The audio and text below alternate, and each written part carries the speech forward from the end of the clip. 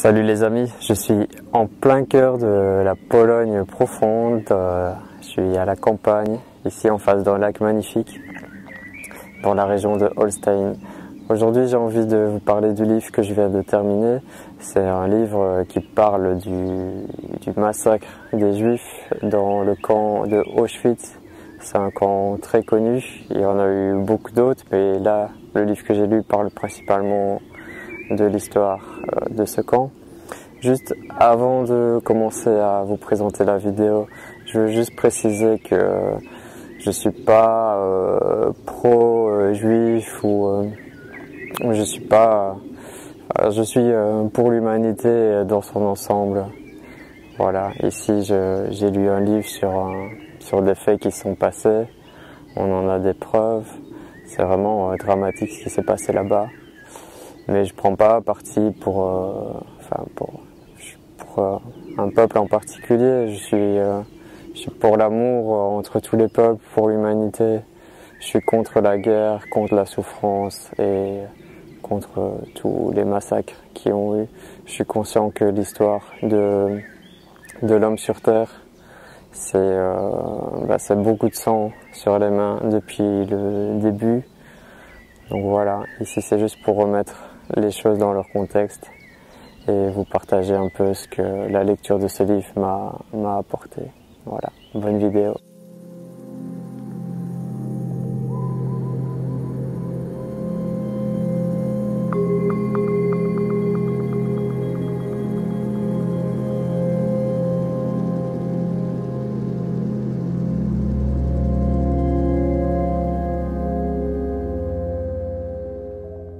Je viens de terminer ce livre, donc Auschwitz, les nazis et la solution finale. C'est un livre écrit par Lawrence Rees. Donc en fait, Lawrence Rees, c'est un auteur, réalisateur et producteur de documentaires pour la chaîne BBC. Il a écrit pas mal d'autres livres sur le sujet et il s'est beaucoup documenté par rapport à tout ce qui s'est passé durant la guerre et tout ce qui s'est passé avec Hitler. Et donc il y a aussi des documentaires vidéo sur le sujet. Ici, comme je vous ai annoncé dans l'introduction, je suis en Pologne. J'en ai profité également ici d'un voyage personnel pour aller visiter les camps d'Auschwitz et de Birkenau. Je vous en avais fait une vidéo. Vous pouvez voir, je vous mets un lien ici pour découvrir cette vidéo. Mais là, aujourd'hui, je vous parle de ce livre qui m'a profondément touché. La visite des camps m'a vraiment bouleversé parce que, comme je vous l'avais dit dans la vidéo, j'avais conscience que durant la guerre, on avait tué des juifs et que c'était un truc épouvantable. Mais j'avais pas la connaissance de comment ça s'était passé exactement, les proportions, l'idéologie nazie, tous les crimes, l'horreur qui s'est passée. Donc ce livre est pas facile à lire parce que d'habitude je lis des livres de développement personnel. C'est un domaine que j'adore, qui me donne beaucoup de joie et j'apprends en même temps. Ici, c'est un peu différent. C'est plus un livre historique.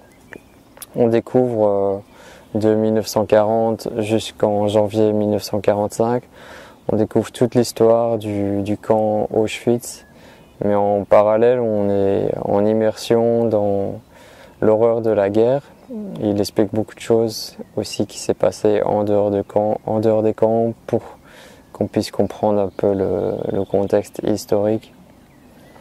Les nazis et tout ce qu'ils ont pu faire aux juifs. Il y a aussi pas mal de témoignages. Donc le livre est regorgé de petites histoires des anciens détenus, des anciens prisonniers, mais aussi des témoignages de bourreaux, donc de ceux qui ont participé à ce génocide. Donc il nous permet vraiment de mieux comprendre depuis l'intérieur comment cette machine à tuer s'est mise en place. Donc il parle clairement de création d'usines à mort. C'était des usines à créer pour tuer. C'est vraiment incroyable. J'ai quelques chiffres que je peux vous citer. Comme on nous l'a expliqué durant la visite des camps, ces chiffres sont pas représentatifs à 100% parce qu'en fait, la plupart des juifs qui arrivaient à un moment à Auschwitz n'étaient pas enregistrés et allaient directement à la chambre à gaz. Donc les chiffres qu'on a, c'est les recensements officiels. Vous imaginez qu'il y a eu des milliers de morts en plus. Donc il y a plus de 1 million de juifs qui ont été tués, gazés, juste à Auschwitz. Plus d'1 million. Il y a eu 70 000 ou 70 000 prisonniers polonais, des prisonniers politiques polonais qui ont été tués, 20 000 tziganes, 10 000 prisonniers de guerre soviétiques, des centaines de témoins de Jéhovah et aussi des homosexuels et tous ceux qui n'allaient pas dans le sens des nazis. Il faut aussi savoir, ce que j'ai appris dans le livre, c'est que au tout début de la guerre, ou peut-être même un petit peu avant, ils ont déjà commencé leurs horreurs. Ils tuaient tous les handicapés physiques ou mentaux. Tous ceux qui n'étaient pas dans les normes, ils les euthanasiaient. Voilà, ça a annoncé la couleur pour la suite. Ce livre nous fait comprendre que l'histoire de l'homme est assez triste avec du recul. Et il nous fait comprendre que les êtres humains sont vraiment capables du pire quand ils sont coupés de leur cœur, comme il dit dans le livre, quand ils ont le cœur froid. On pensait que le peuple allemand était un peuple éduqué, ils avaient la connaissance, ils avaient la technologie. Bon,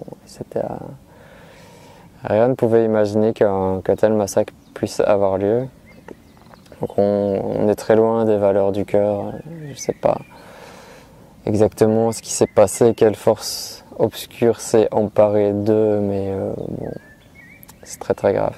Tout ce qui est expliqué dans le livre, c'est un savoir qui est très important. C'est un peu un devoir de mémoire pour qu'on ne puisse pas oublier ce qui s'est passé.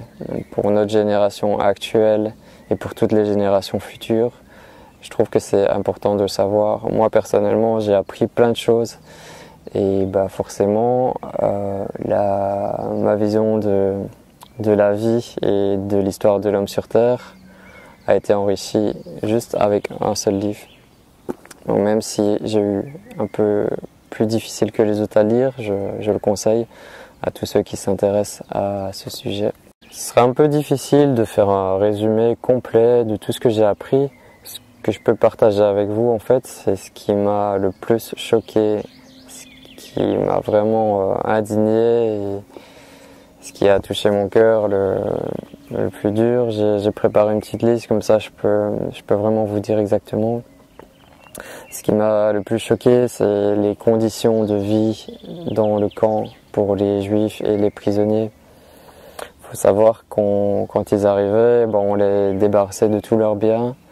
Donc les vêtements, les chaussures, leurs valises, tout ce qu'ils avaient emporté, leurs bijoux, tout.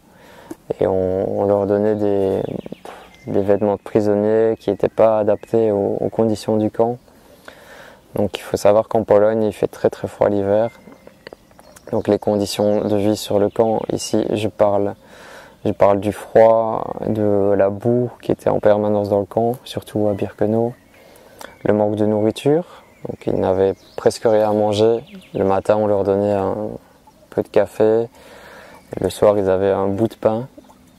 C'était comme ça qu'ils devaient survivre, un peu de soupe. Les conditions de travail, ils travaillaient très très dur.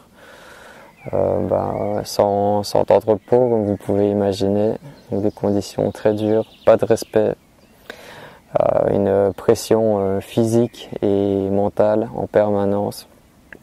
L'hygiène, pas d'hygiène, ils ne pouvaient pas se laver, il n'y avait pas d'eau. Je pense qu'ils pouvaient peut-être changer leurs sous-vêtements une fois par mois pour ceux qui avaient de la chance. Ils devaient faire leurs besoins dans un endroit où tout le monde allait, l'odeur était infecte.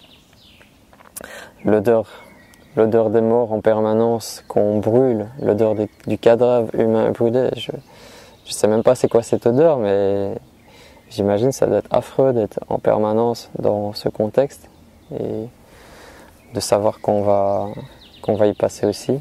La haine du juif, la haine de cet être humain qu'on ne considère plus comme un être humain. C'est incroyable la haine qu'ils avaient et toute la violence qu'ils ont pu sortir sur les juifs. Et tout ça, même après le génocide. Il faut savoir que quand ils ont été libérés, la plupart des juifs qui ont voulu retourner chez eux n'ont pas été accueillis les bras ouverts. Leur maison a été occupée, on les a encore traités et frappés. Donc c'est incroyable, même après tout ça. Il n'y a aucune empathie, zéro empathie, que de la violence, que de la souffrance. Il y a un passage dans le livre où un Allemand dit à un Juif, il parle des Juifs en général, il leur dit pourquoi vous existez? Vous ne devriez pas exister. Il faut que vous disparaissiez de la terre. C'est incroyable.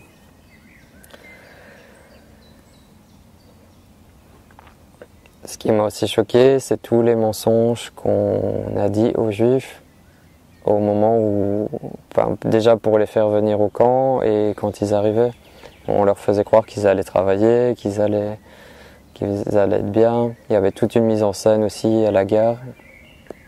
On leur a menti du début à la fin. Pour les envoyer dans les chambres à gaz, on leur disait qu'ils allaient prendre un bain pour se désinfecter, pour pouvoir être propre pour aller travailler. Donc c'est des mensonges de A à Z. Et bon, ils n'étaient pas conscients du massacre qui avait lieu sur place. Ce qui est impressionnant, c'est la mise en place de ces usines à tuer, la façon dont ils ont imaginé tout ça, les chambres à gaz, les crématoires. C'est incroyable. À un moment, ils étaient capables de gazer plus de 1200 personnes en même temps. Vous imaginez 1200 personnes enfermés dans une immense salle, tous les uns sur les autres, et c'est comme ça qu'ils allaient mourir. J'ai eu beaucoup de peine par rapport à tout ce qui s'est passé avec les enfants, donc c'est bien expliqué dans le livre. Toujours les enfants étaient séparés de leurs parents et ils étaient tués directement.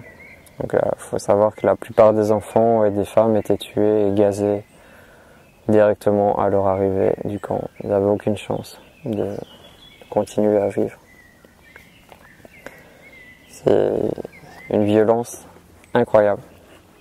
La violence au maximum durant 5 ans. À Auschwitz, ils ont effectué des expériences sur les jumeaux. Des soi-disant médecins en ont profité pour faire pas mal d'expériences, donc sur des jumeaux et aussi sur des femmes. Et ils testaient des méthodes de stérilisation. Ils ont fait toutes sortes d'affreuses manipulations sur ces femmes. À nouveau, on est en plein cœur d'un film d'horreur.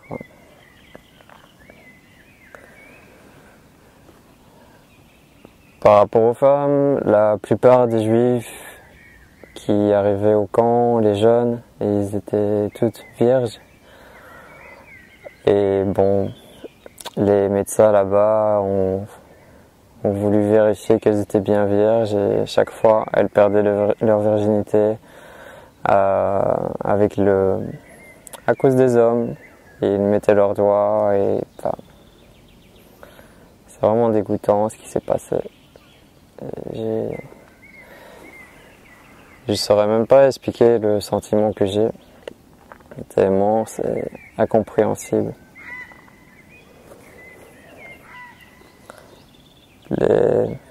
Les médecins sont les premiers complices de ce génocide. C'était eux qui étaient là quand les Juifs sortaient des trains. Ils décidaient qui pouvait rentrer, qui pouvait aller travailler et qui allait vers les chambres à gaz. Comme ça, en quelques secondes, juste un regard, ils décidaient. Comment des médecins ont pu participer à ça? Je me pose la question. Je termine la liste de les choses qui m'ont le plus choqué, mais je pourrais en parler pendant un moment, vu le nombre d'atrocités qui s'est passé. Vous imaginez qu'il y a eu des centaines, voire des milliers de viols sur les femmes, sûrement sur les hommes aussi. Il y avait une homosexualité très présente. Ils ont profité de la situation pour faire des sales choses. Et malgré leur pensée de supériorité, ils ont quand même pratiqué du sexe et des viols avec les Juifs. J'ai aussi pris connaissance des marches de la mort qui se déroulaient durant la guerre. Donc en fait, ils prenaient des milliers de personnes d'un point A, ils devaient aller jusqu'à un point B, dans le froid, la neige, sans manger, sans boire, sans pouvoir s'arrêter par rang de 5. Et vous imaginez le nombre de personnes qui sont écroulées au bout de plusieurs heures, plusieurs jours. Un des plus affreux, ça s'est passé en Hongrie et il y a eu 80 000 personnes qui ont participé à cette marche de la mort. Les voyages dans les trains aussi, ils étaient parqués dans des fourgons à bestiaux. C'était des trains pour transporter les bêtes normalement. Ils étaient tous entassés dans ces trains pendant des jours, sans manger, sans boire, sans voir la lumière du jour, avant d'arriver sur les camps. Imaginez un peu comment ça peut se produire et dans quel état on peut être déjà après ça. C'est affreux.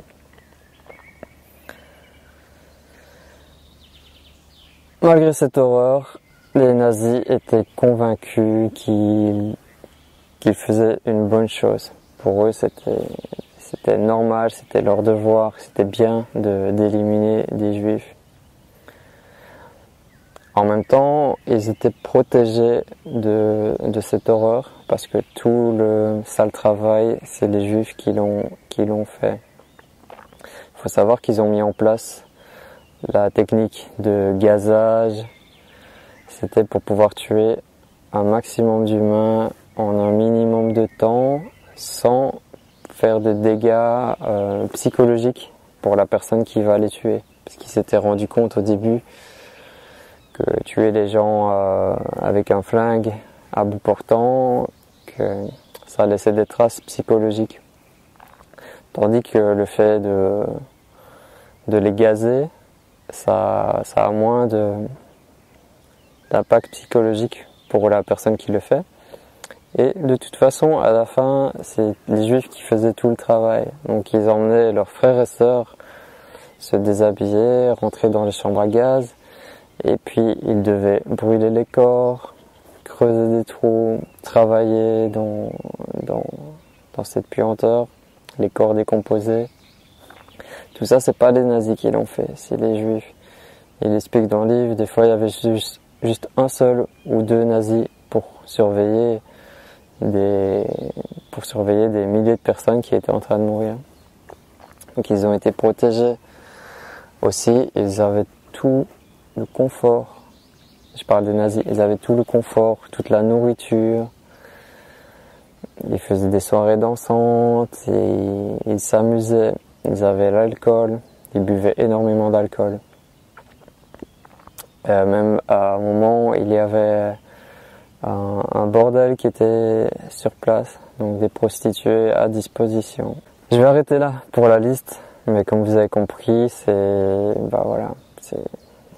juste incroyable. Et j'ai appris énormément de choses juste avec ce livre. Ma vision de ce qui s'est passé entre 40 et 45 et à présent changé. J'ai d'autres livres sur le sujet, dont je vous en parlerai à la fin de la vidéo. Un autre élément qui m'a un peu, que j'avais envie de partager avec vous, c'est que le camp d'Auschwitz vendait des détenus à la société Bayer. Et ils s'en servaient comme des cobayes pour tester de nouveaux médicaments. J'imagine vous connaissez cette société. Je vais vous lire un passage qui est écrit dans le livre. C'est une communication de la société Bayer aux autorités d'Auschwitz. Alors, le message disait: le convoi de 150 femmes est arrivé dans de bonnes conditions. Nous n'avons pu cependant obtenir de résultats concluants parce qu'elles sont mortes. Elles sont mortes au cours des expériences. Nous vous serions reconnaissants de bien vouloir nous envoyer un autre groupe de femmes en même quantité et au même prix. Vous imaginez? Un autre passage que j'ai envie de partager, c'est une question qu'on pose à un survivant. On lui demande souvent: qu'est-ce que vous avez appris de votre passage à Auschwitz? Lui, il répond: je crois bien n'être sûr que d'une chose, on ne se connaît jamais. Ce brave type que vous voyez dans la rue, vous lui demandez votre chemin, il vous accompagne à un moment pour vous aider. Il vous montre le chemin, il est gentil avec vous. Cette même personne, dans une situation différente, pourrait être le plus pire des sadiques. On ne se connaît pas. On pourrait tous être des braves gens ou des sales types, selon la situation. Parfois, quand quelqu'un est vraiment gentil avec moi, je me demande comment il se conduirait au camp. Ça en dit long sur l'homme en général. C'est ça qu'il explique très bien. On se connaît pas vraiment. Ici, on est dans nos habitudes, dans notre confort ou notre inconfort. On ne sait pas trop comment on réagirait dans des situations extrêmes. Le bilan à la fin du livre, c'est que la majorité de ceux qui ont dirigé Auschwitz et qui ont participé à ce carnage n'ont jamais été châtiés du moindre crime. N'ont jamais été punis pour les actes qu'ils ont faits, pour la plupart. Et la plupart des anciens détenus n'ont jamais été dédommagés des souffrances. Bien au contraire, ils ont été encore persécutés par la suite. Donc c'est un triste bilan sur l'histoire. C'est un triste constat de l'humanité. Et il se passe encore des choses affreuses dans le monde entier. Bon, c'est pas à cette échelle, mais c'est tout aussi grave. Même si on prend du recul, la société moderne dans laquelle on est, c'est aussi une forme d'esclavage, un esclavage moderne. Je développerai sûrement avec vous au fil du temps. Ici, je vais arrêter là. J'espère que cette vidéo vous a plu. N'hésitez pas, si vous avez envie d'aller plus loin sur le sujet, je vous recommande le livre. Je vous mets une description je vous mets un lien dans la description plutôt. Dans les prochaines lectures que je vais commencer et partager avec vous, je les ai ramenés ici avec moi. Donc il y aura encore 3 livres sur le sujet de Auschwitz et de la période des nazis. Mais après, je vais enchaîner avec vous sur tout ce qui est développement personnel, tout ce que j'apprends dans les livres et que j'ai envie de partager avec vous. Celui que je viens de commencer, un des prochains, c'est 4 petits bouts de pain de Magda Hollander-Lafont. Elle est arrivée à Auschwitz à l'âge de 16 ans. Ici, elle raconte un peu ce qui s'est passé. C'est très bien écrit, c'est un peu poétique. Je vous en parlerai, ce sera ma prochaine vidéo. Ensuite, je lirai le livre de Etty Hillesum qui s'appelle Une vie bouleversée. Etty Hillesum que j'ai connu grâce à Frédéric Lenoir. Je suis très impatient de découvrir ce livre. un autre sur l'enfer des chambres à gaz de Slow-Mo Venezia. Et après, on commencera à repartir sur le développement personnel. Ici, c'est un livre que Jessica m'a offert. D'ailleurs, je te remercie, Jessica, si tu vois la vidéo.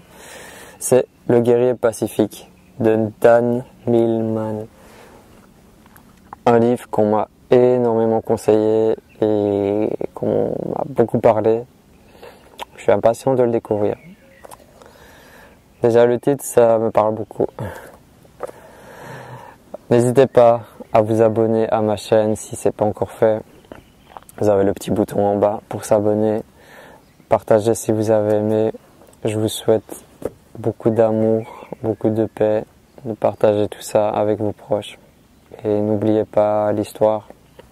N'oubliez pas ce qui s'est passé sur la Terre. Il faut qu'on retienne la leçon pour commencer un nouveau monde, plus dans l'amour, plus dans le cœur. Voilà, c'était Stéphane depuis la Pologne. J'ai encore une semaine ici avant de repartir en Belgique et puis au Maroc. Prenez soin de vous. Paix, amour.